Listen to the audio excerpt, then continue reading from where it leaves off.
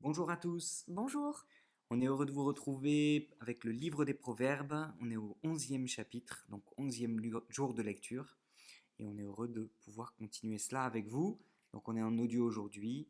Voilà, on prie que le Seigneur puisse vous bénir à Amen, l'écoute oui. de cette lecture. Stéphanie, je te laisse commencer. Oui.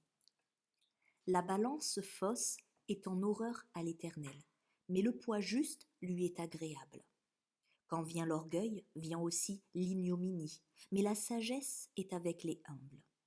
L'intégrité des hommes droits les dirige, mais les détours des perfides causent leur ruine.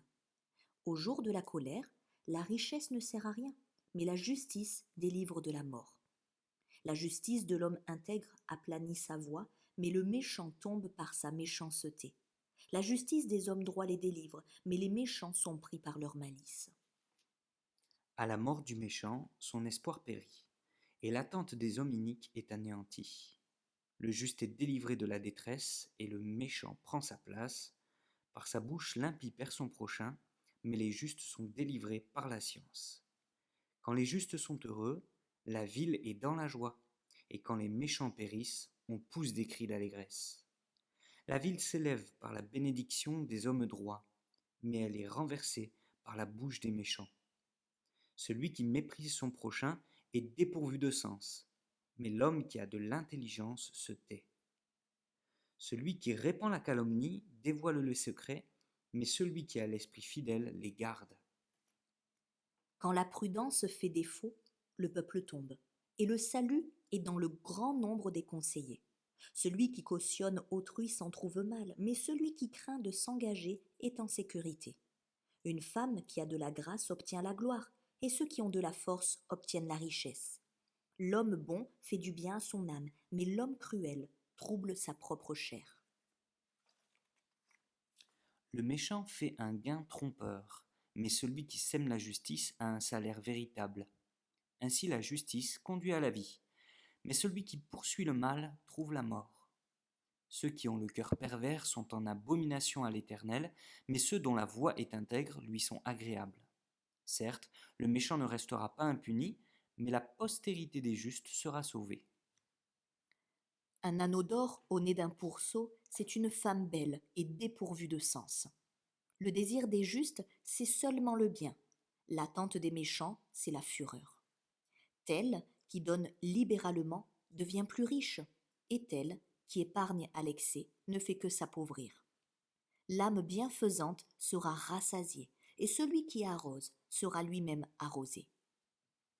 Celui qui retient le blé est maudit du peuple, mais la bénédiction est sur la tête de celui qui le vend.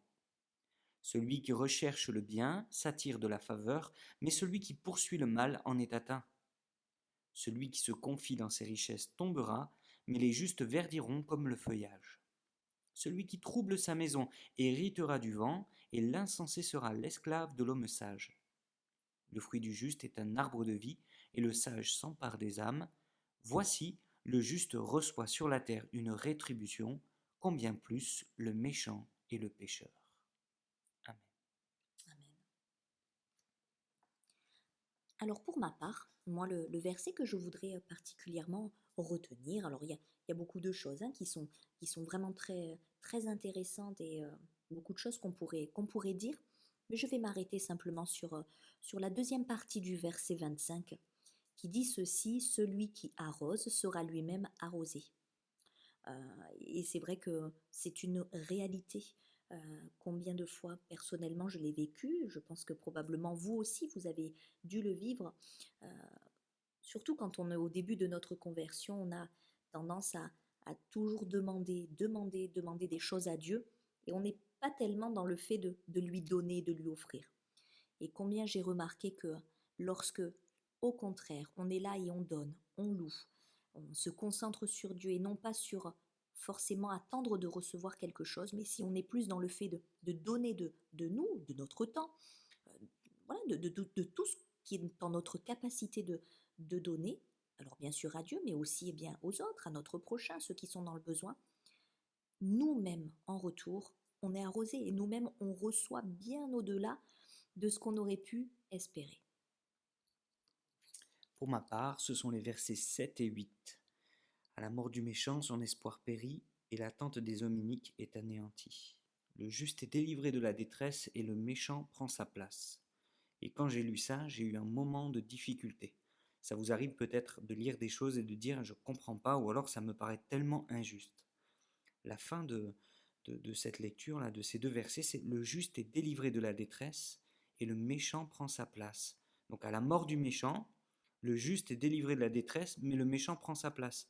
Je me disais, mince, le juste a perdu sa place. Non, non, en fait, en réfléchissant, j'ai dit, mais non, c'est logique.